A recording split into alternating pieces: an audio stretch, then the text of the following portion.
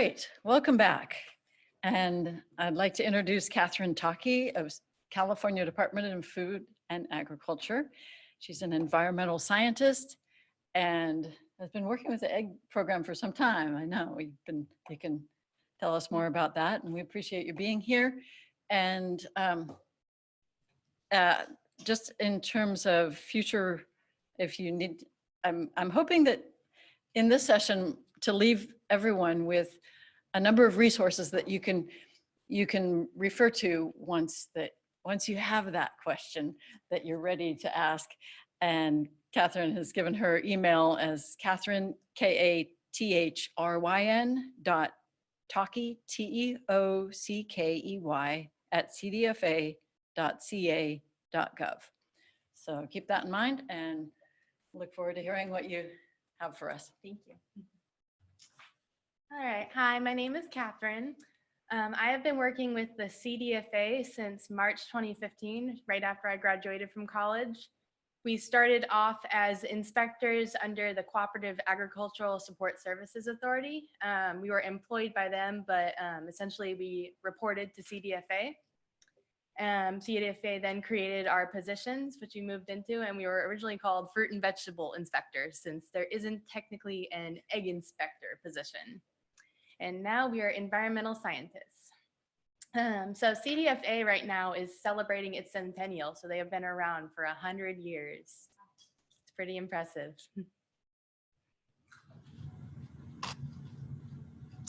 Okay, so here's a brief history of the Egg Quality Control Program and our transformation into the Egg Safety and Quality Management Program. So we started off in 1935. The California legislature enacted the enforcement of the shell egg program. So this meant we started inspecting eggs. Then the Department of Food and Agriculture back then was responsible for enforcing all of our regulations. It was under the supervision of the secretary of the CDFA. Then in 1964, we had inspections consisting of two basic functions. We had the counties doing shell egg inspections, and then we also had the state doing brand inspections. From there in 1971, we had the egg industry proposing a uniform inspection program.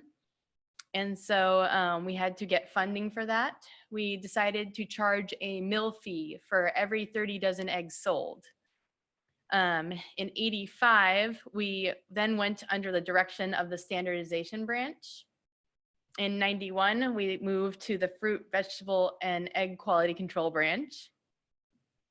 2005, we moved into a new branch again, the FFLDERS branch. And then we transferred to the Animal Health and Food Safety Services branch, which is our current branch that we are still in today. In 2013, that's when we adopted CCR 1350. This occurred after the passing of Prop 2. And this created our shell egg food safety program, which I will talk a bit more, talk about a bit more later in the presentation.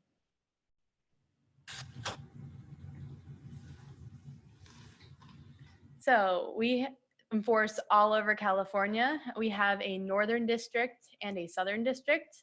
Our northern district office is our overall headquarters, and that is located in Sacramento. The northern district is responsible for overseeing 44 counties.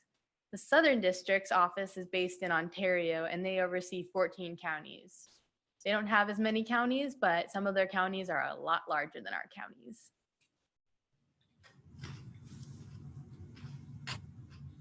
So since we have so many counties to oversee, we contract with some of the counties to do inspections on our behalf, as we don't have the amount of staff in order to do all the inspections everywhere in the state. So contracting with these counties is a big help to us.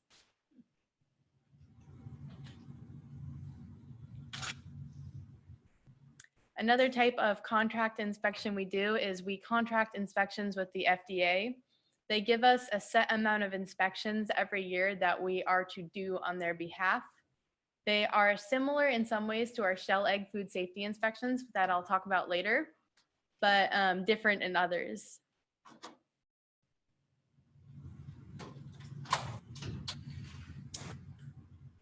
We have our compliance risk-based inspections that we do every month.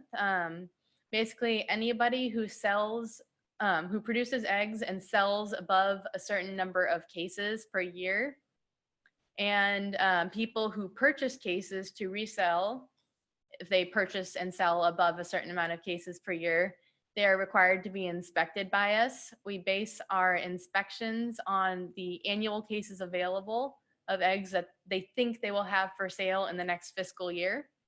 And we make our sampling sizes appropriate to that size load. So somebody who has a yearly amount of like 700 cases may only have us doing sample sizes of like 1 to 4 cases per month, whereas somebody who sells upwards of 1 million cases will have us doing at least 300 or 400 case samples. We don't actually look at 400 cases, but we do a sample representative of 400 cases.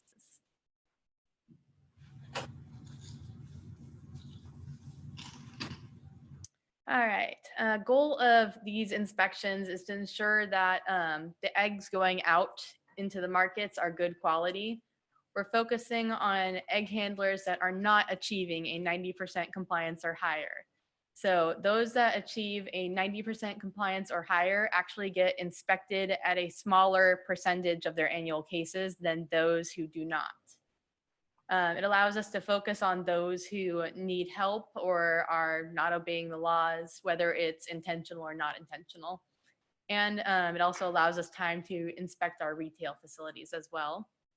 As you can see the numbers on the chart, these are our numbers from last year. So our 0.5% facilities had a 55% quality and compliance rate, whereas our 1% had a 45% quality and compliance rate. We looked at 5,125 100 egg samples. That's a lot of candling eggs. So let's go over some common defects that we'll come across at wholesale and production facilities. So checks. This is defined as having a cracked shell, but the membrane inside the egg has not been broken, so nothing will be leaking out. We have a check tolerance at origin, which is where the eggs were produced. 5% for all eggs except for jumbos. We give jumbos a higher percentage on these because they are more likely to crack. Their shells tend to be thinner, so they get 7%. And this is for grade A and AA at origin. For grade B at origin or destination, it's 10%.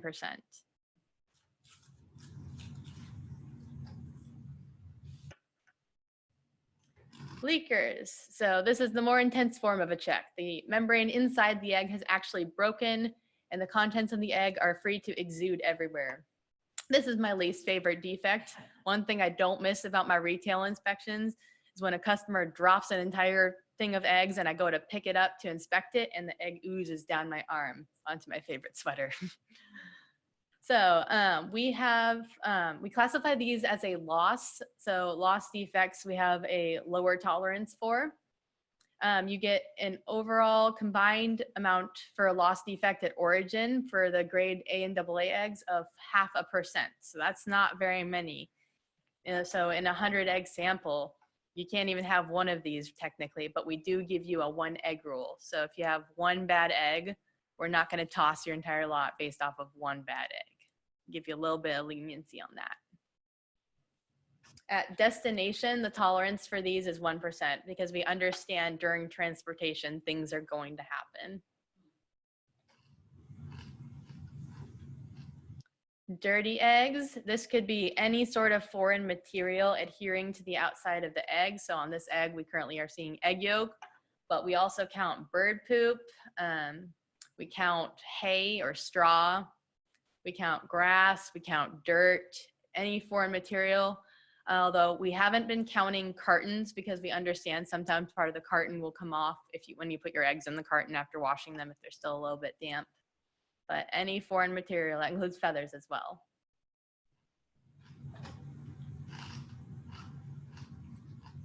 This is a bloody white. This is considered an inedible. There is way too much blood in this for it to be even safe to eat. It also tends to lead towards becoming a rot the longer it sits.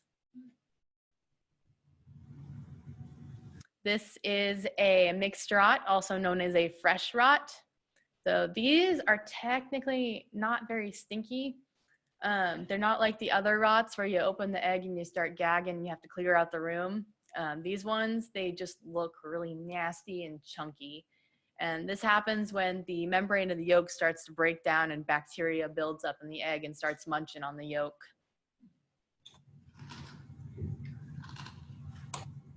Here are some other rots. The top left one is definitely a black rot. That is probably the worst rot you can get. When I was working with a USDA grader to practice for my shell egg surveillance exam, we were playing with these, and I decided, because I like to do things like this out of curiosity, to take the egg outside and open it up. The smell was so bad that me and the person filming me almost were sick. It's bad. So you don't want to get these, and you definitely don't want to send these out to market. This is why we candle our eggs.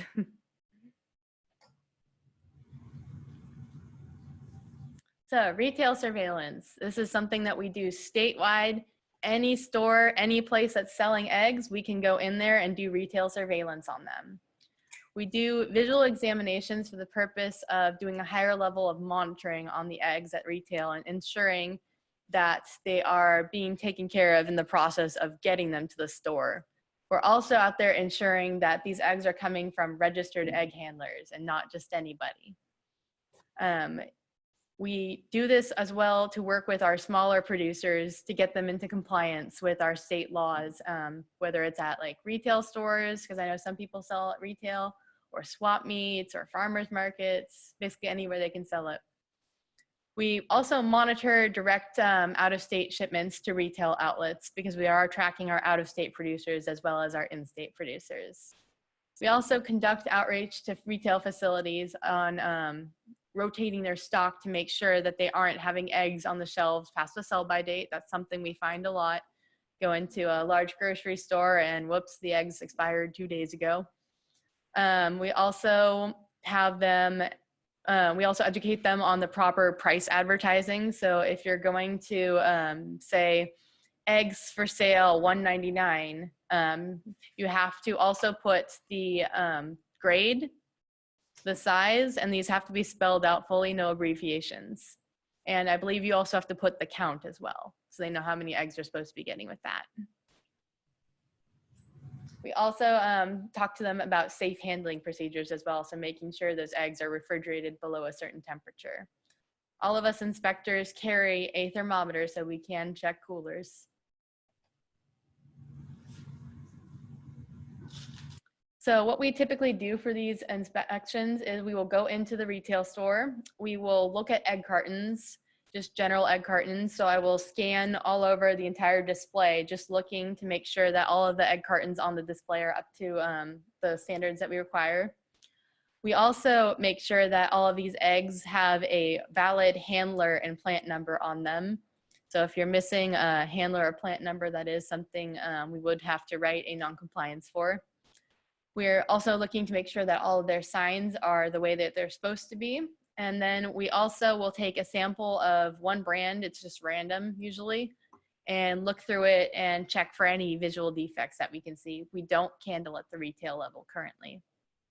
And then of course, like I mentioned earlier, we perform outreach to the proprietors, talking to them about safe handling, stock rotation, and getting your eggs from proper sources, as well as proper disposition of expired eggs. Then we also maintain records of the facilities we visit. So every time we go to a facility, we will fill out an inspection form. And if we did a sampling of eggs, that will go onto the form. If for some reason we visit a facility that typically has eggs and for some reason that day they don't have eggs, then we'll just make a note that there were no eggs at the facility at that time. And anytime we come across quality issues, we will refer those to our district supervisor so that we can look into them further and maybe keep an eye on that retailer.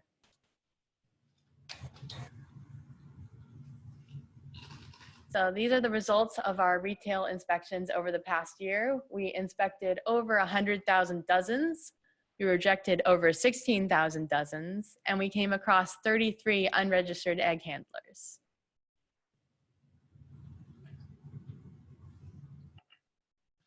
So some of our pretty easy to overcome, right? That's a two-page $75. Oh yeah, it's definitely easy form to fill out. Of course, if there is any questions, you guys are always welcome to contact us. We love helping people get registered. And we will also help you with your labels as well. If you call or email any of us inspectors, we'll be glad to take a look at your label. Speaking of labeling, labeling is a common one that we come across. We'll go into a grocery store and they'll have flats of eggs on the shelf, but nowhere in sight is a sell-by date or a Julian date or even where the eggs came from. So it's very important that all of the labeling requirements are met. I believe they were went over earlier, and one thing I wanted to mention was the CACEF's compliance statement actually applies to everybody regardless of whether or not you're in a cage. So currently Prop 12 has been passed and you are required to give your birds 144 square inches of space per bird. Cages are still currently allowed, but in 2022, everybody will need to move to cage free. And you will be able to need to stand up inside the enclosure. That includes the coops as well. And for coops, if you shut the doors at any point, they will also need to have inside of them 144 square inches of space per bird. But back to labeling, definitely this is a thing that's very common. People will either make their CEF statement too small because they'll do capital letters for the first letter of the word, but then the rest of the statement, they'll do lowercase letters. And so that capital letter will be 1/4 inch, but then the rest of the statement won't be 1/4 inch. Oftentimes people will also make the size or the grade too small, or the sell by date will get left off, or people will put best by or expires, which you can't do. It has to be sell by.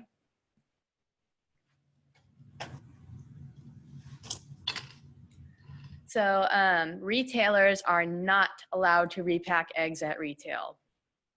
Only wholesalers and producers are allowed to repack eggs.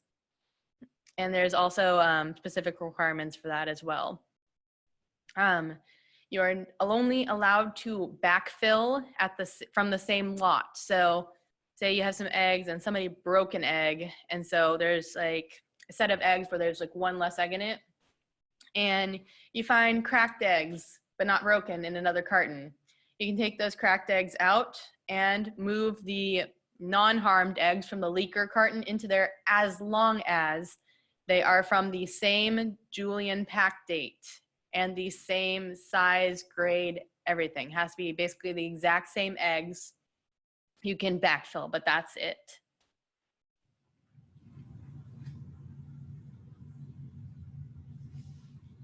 And then once again, labeling issues. Obviously, this is not cultured cream.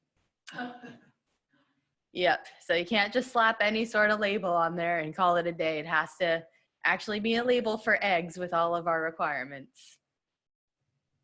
That was a rare one. We don't come across stuff like that too often. Unless that's a new type of egg I never heard of. So shell egg surveillance. I mentioned earlier that I was training with a grader from the USDA to get my license to do this. This is something that we do on the behalf of the USDA. This is their quality sampling. And so the Egg Products Inspection Act was enacted and implemented in 2 phases. Phase 1 was for egg products inspection, and that started in 1972. And then phase 2, where did that one go? Might be on another slide. Basically, this is saying that we need to inspect these handlers' products, and there is, we do it based off of how much product they have, and we take a sampling of every single size and type of eggs.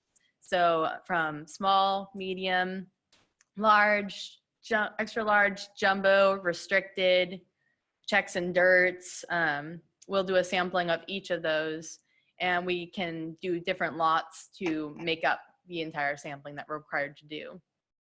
It's basically a very thorough inspection of all product produced by the producer. We don't do this on wholesale product. It's only for product that's actually produced. And we do these inspections at production facilities, at grading stations, and at hatcheries. For hatcheries, it's mostly just paperwork that we're looking at. Their dump records, their records of the hatches, that sort of thing.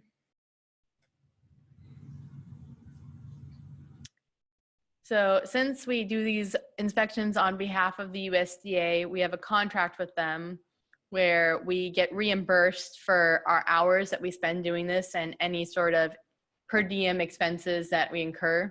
So we spent a total of 366.5 travel hours getting to these facilities. The costs were over $46,000. And the amount of facilities that we covered were 56 facilities.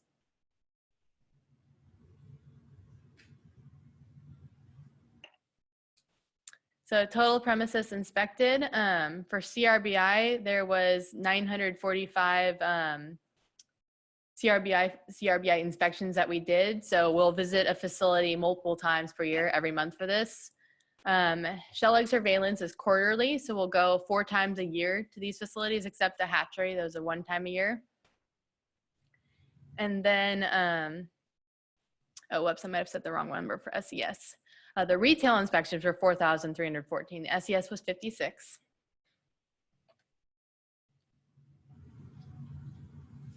So this is one of the main things that my level of inspector does. These are the shell egg food safety audits. So these are, we do them mainly for 3,000 and above birds, but if you have less than that and we get a complaint from anybody, we will go out and investigate. It's mostly for enclosure. You are not held to the same paperwork requirements that the larger producers are held to. So you don't have to test for SE. You don't have to get your birds from an NPIP source. You don't have to vaccinate, but we highly recommend doing all of those things. Those are really great ways to ensure that your birds are safe and free of disease. So we had 2 phases for this. The first phase rolled out in 2013, and that's what I like to call the paperwork phase. That's when we started looking at these larger farms' paperwork for their testing, the vaccinations. They have to do testing at, they have to get chick paper testing. They have to do pre-market testing at 14 to 16 weeks. They have to do midlife testing at 40 to 45 weeks. And then they also have to do push out or pre-depopulation testing. So about 2 to 4 days before the birds are supposed to go out of the house, they have to take another test at that point, because that often determines the level of intensity for cleaning that they do between flocks. Phase 2 rolled out in January 1st of 2015, and that's what I call the enclosure phase. That's when we started going out to farms and counting how many birds people had in cages, or examining cage-free and pasture enclosures using diagrams to determine whether or not they had put too many birds in there. So you have to have an indoor space that complies even if you have acres of pasture. If you shut the doors at any point. If you never shut the doors, no. If you have guard dogs and you don't shut the doors, then. Nope. Yep, they just have to be able to move in and out of it freely. And if you have guard dogs, those guard dogs ideally should not be leaving your pasture. This was something the FDA told us at FDA school. So for biosecurity purposes, the guard dog goes into the pasture and basically stays in there unless there's like an emergency and it needs to go to the vet or something. So last year, we did a total of 56 shell egg food safety audits in California. It is lower than the previous year, which was 78, and we can attribute this to the fact that we still have virulent Newcastle disease in Southern California. What we did was we stopped going onto the farms in those areas due to the higher risk of SE. And we continued doing many desk audits. So modified desk audits are one of the 3 different types of audits that we will do. This is where we will examine a farm's paperwork from afar. So oftentimes they'll either send us a zip file or Dropbox us the files, and we'll look at all of their paperwork. And for the enclosure part, we'll look at diagrams of their enclosures. We'll take their bird numbers and we'll run egg projections. So we take the bird numbers and they give us their production reports, and we plug them into this fun little tool we have. And the tool will tell us about how much production there should be at that age of bird with that number of bird. And then we'll compare that to their production reports to see how close they are. We have a certain tolerance of difference that they're allowed to have, and that helps us verify that the bird numbers are what they say they are. Because I don't know about y'all, but I can't count 20,000 birds. They do. And trying to count colony cages where there's 50 in a cage, I can barely do that because they don't stand still. So that's how we verify our bird numbers and make sure our larger producers are being fair and doing what they're supposed to do. Oh, the other two types of audits before I forget. In-person audits, pretty self-explanatory. We will go out to a farm.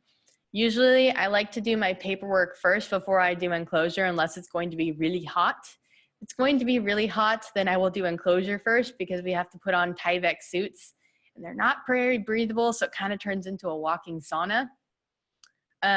Paperwork in the morning will tell me their biosecurity plan. And so I know what I'm supposed to be looking for when I go out onto the farm. Farms are expected to create a biosecurity plan that meets several requirements to be considered adequate. They have to have some sort of rodent and fly monitoring and control program in place. They need to have a clause saying none of their employees can own birds. They need to have a clause saying that they will prevent stray animals, wild birds, any of the sort from getting into their enclosure area. They need to have a clause saying that they will take steps to eliminate cross-contamination. So this means don't take tools out of one house and walk them straight into another house. You need to sanitize them before going into that house. They also say that they will limit visitors, so you're not letting just anybody walk onto your farm and go in with your birds. Basically stuff that is designed to keep your birds safe from disease. And so that's what I'll look for when I'm walking their farm. And if they say, oh, I'm gonna have a hand washing station outside of every house, and I get to the farm and there's not a hand washing station outside of every house, there's gonna be a problem. So only write in your plans what you're actually going to do. This is something the FDA is very specific about as well. And then the in-person modified desk audit. We invented these when we started working with our farms out in the middle of our country in the East. They will have these giant conglomerates. So there'll be one company overseeing like 150 Amish farms. And so in order to get through a large amount of their farms, which also made it easier because they were cage free and we didn't have to go in and count birds, we would fly to their headquarters and then do like 10 to 20, maybe even 30 farms at once. Just sit down with their people for like a week and then we'll knock them all out at once. Because when you got that many farms, it's kind of hard to send all that paperwork because there's a lot of paperwork.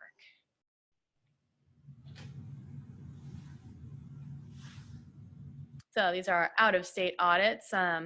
Last year we did 342, so we beefed it up a bit more since we weren't doing in-state audits. And the previous year we did 276. And you can see from the colors, the red ones were the MDAs. The green ones were in-persons that we flew out to. And then the yellow ones were in-person MDAs as well. So these are the areas where all the farms were that we audited last year. We had a 24% increase in audits out of state.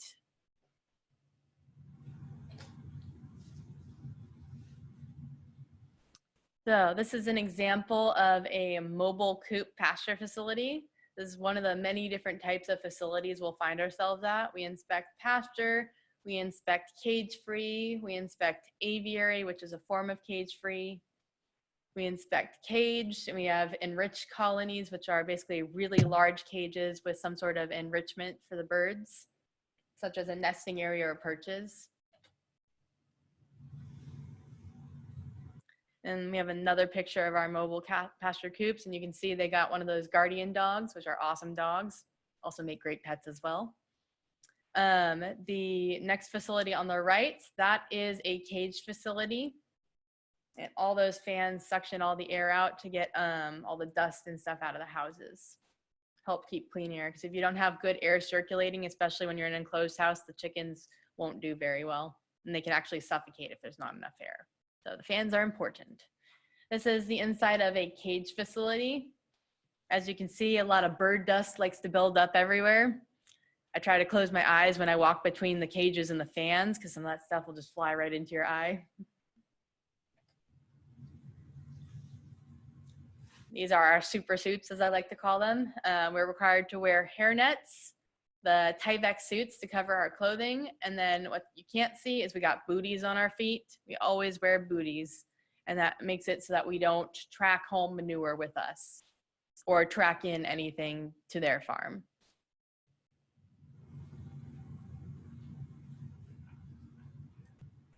So here is a map of all of you guys, our smaller producers. It ranges from like 2,999 birds to some people only have one bird in their flock. We got a very wide variety. Big things we focus on our smaller producers are getting them registered. So these are all the people that are registered. And you can imagine how many people out there haven't registered yet. And you don't have to register if you don't ever plan to sell your eggs. If you're just going to eat them yourself or give them away to your neighbors and friends, you don't need to register. It's when you're going to start selling them that you need to be registered. Could you say, isn't there a minimum number that you could have a small flock and sell directly off your farm? Nope. There is a FDA thing where if you have under a certain amount of birds and you're selling directly off your property, you don't have to register with the FDA. But for CDFA, if you're selling even one egg, still got to register. Mm-hmm. So as you can see in the bottom left of this, that is a blurb about our small producer workshops. The goal of these workshops is to educate our smaller producers on things like biosecurity, our labeling and other egg laws. And then we have a candling exercise, which teaches them how to candle their eggs and gives them some practice looking at some really fun, nasty looking eggs. And then we also have a portion which is like general information about chickens, which I'm actually going to be updating this year to be general information about layers. So we'll cover a couple other species of birds as well, since I know duck eggs are starting to get big and quail eggs are as well. We had an alternative species with a duck producer and quail egg. Oh, awesome. Very nice. Yeah, I recognized the name of the duck producer because something I'm going to talk about later, we're doing a project and I think they let us go to their farm to work on that project. Mm-hmm.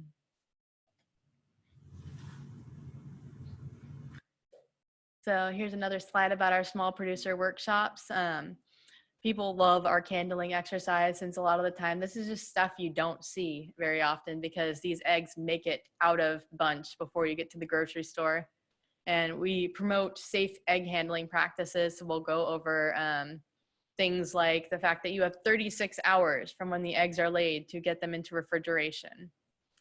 The only exception for your eggs being allowed to be sitting unrefrigerated is if you had them refrigerated before you washed and processed them, you're allowed to leave them out to temper up to a proper temperature so that they're not all going to crack when you go to wash them. Because when you wash your eggs, you need the wash water to be at least 90 degrees and ideally 20 degrees warmer than the eggs.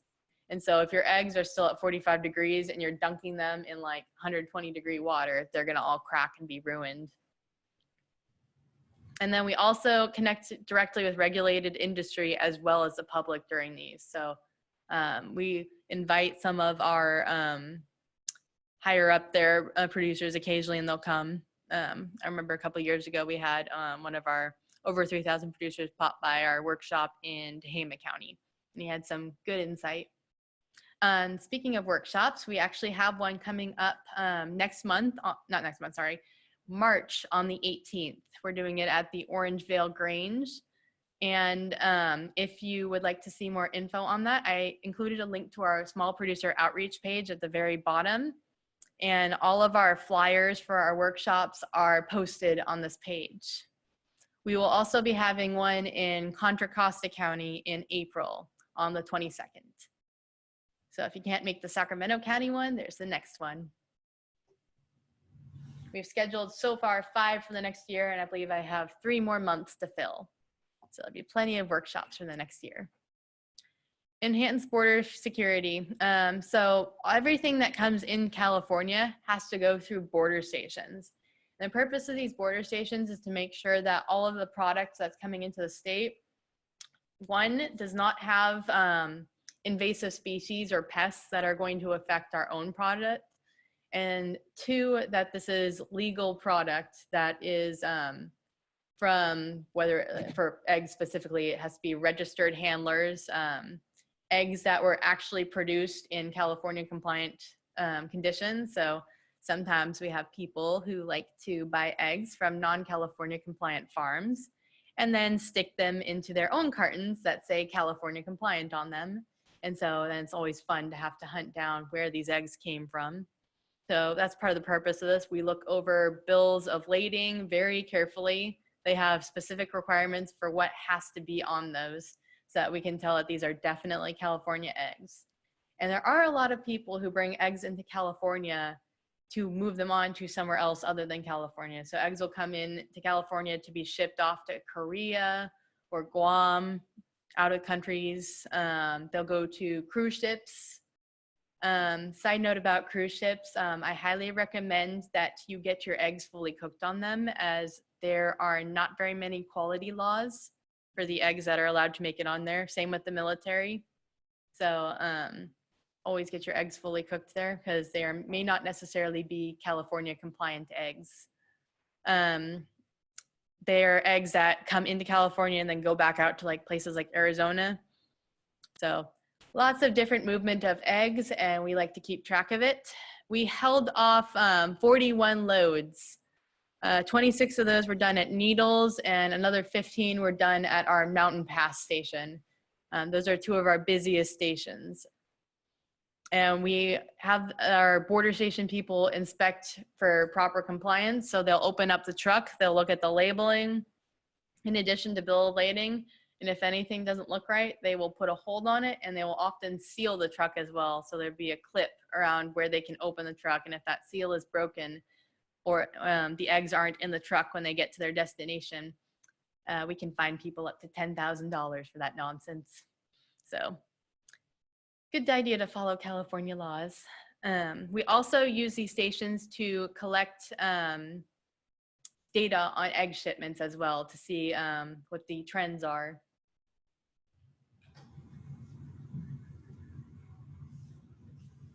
So like I mentioned earlier, this is our first line of defense for pest exclusion efforts. There's vehicles coming to all of these stations that you inspected for a variety of different commodities that can be infested. And we have a total of 16 border stations throughout our state.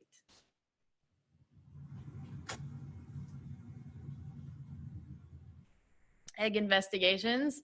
So this is what happens after myself or one of the other inspectors writes the notice of noncompliance or the notice of violation. So using our border stations, we ended up writing a total of 35 notices of violations for various violations that people did against both our Food and Ag Code and our California Code of Regulations. So what happens is that we issue a notice of violation, which 58% of them ended up being for border security things. And then we will assess penalties based off of the severity of the infraction. So there's like mild penalties, which I think the fine for those starts at around $400 or so. Then there's like moderate penalties where it starts around like $1,000 to $2,000 or something. And then the severe ones will go up to $10,000. The NOVs then turn into notices of proposed action, which is how we collect penalties. And last year we collected $9,100 in penalties from egg handlers who broke the law.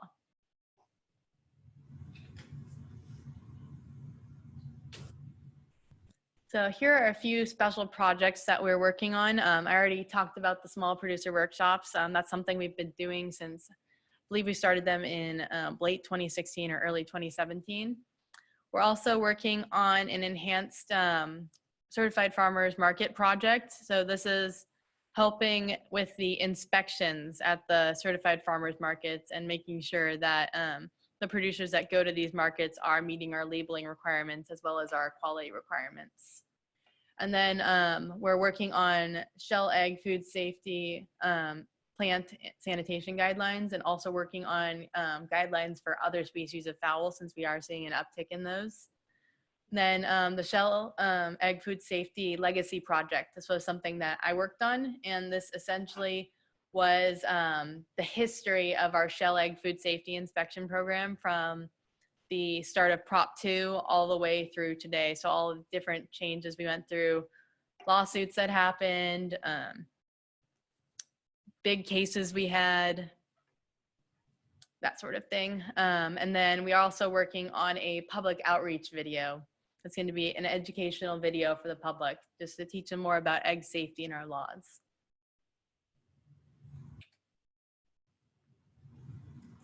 All right, I can answer any questions about my presentation or any questions about anything else egg related. Great. Do you have any questions online? Can you reuse clean cartons? Oh yeah, so the question was, can you reuse clean cartons? So typically for biosecurity purposes, we discourage it, but I have never written up anybody for reusing a clean carton. But if you are reusing cartons to sell your eggs, if you're reusing like a carton you got from another brand at the store, everything related to that brand has to be scratched out. So it can't say Sally Sue's eggs, Sally Sue's organic eggs with an organic certification, and you put your eggs in there and you're not Sally Sue and you're also not certified organic. So all of their certifications have to be scratched out unless you have that certification and can prove it. Their name, their size and grade have to be scratched out unless it's the exact same size and grade as your eggs. And you also have to make sure when reusing cartons that you still scratch out the old sell by and Julian date and put the newer one on. That's a lot of work. Yeah. That's why most people just buy a cheap generic blank carton and then they'll have their own sticker label that they slap onto it instead of reusing a carton they got at the store. Any other questions?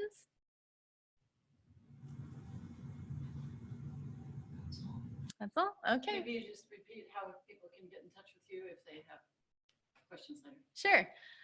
If you do have questions later, if you want to call me, my number is 916-215-3201. And my email is Kathryn, that's KATHRYN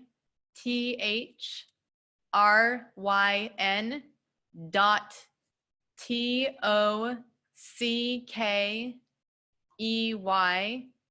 at cdfa.ca.gov.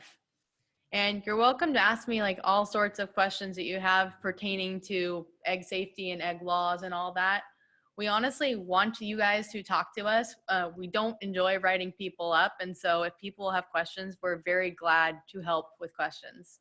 We're about teaching, not punishing. Great. Thank you so much for coming. Thank you.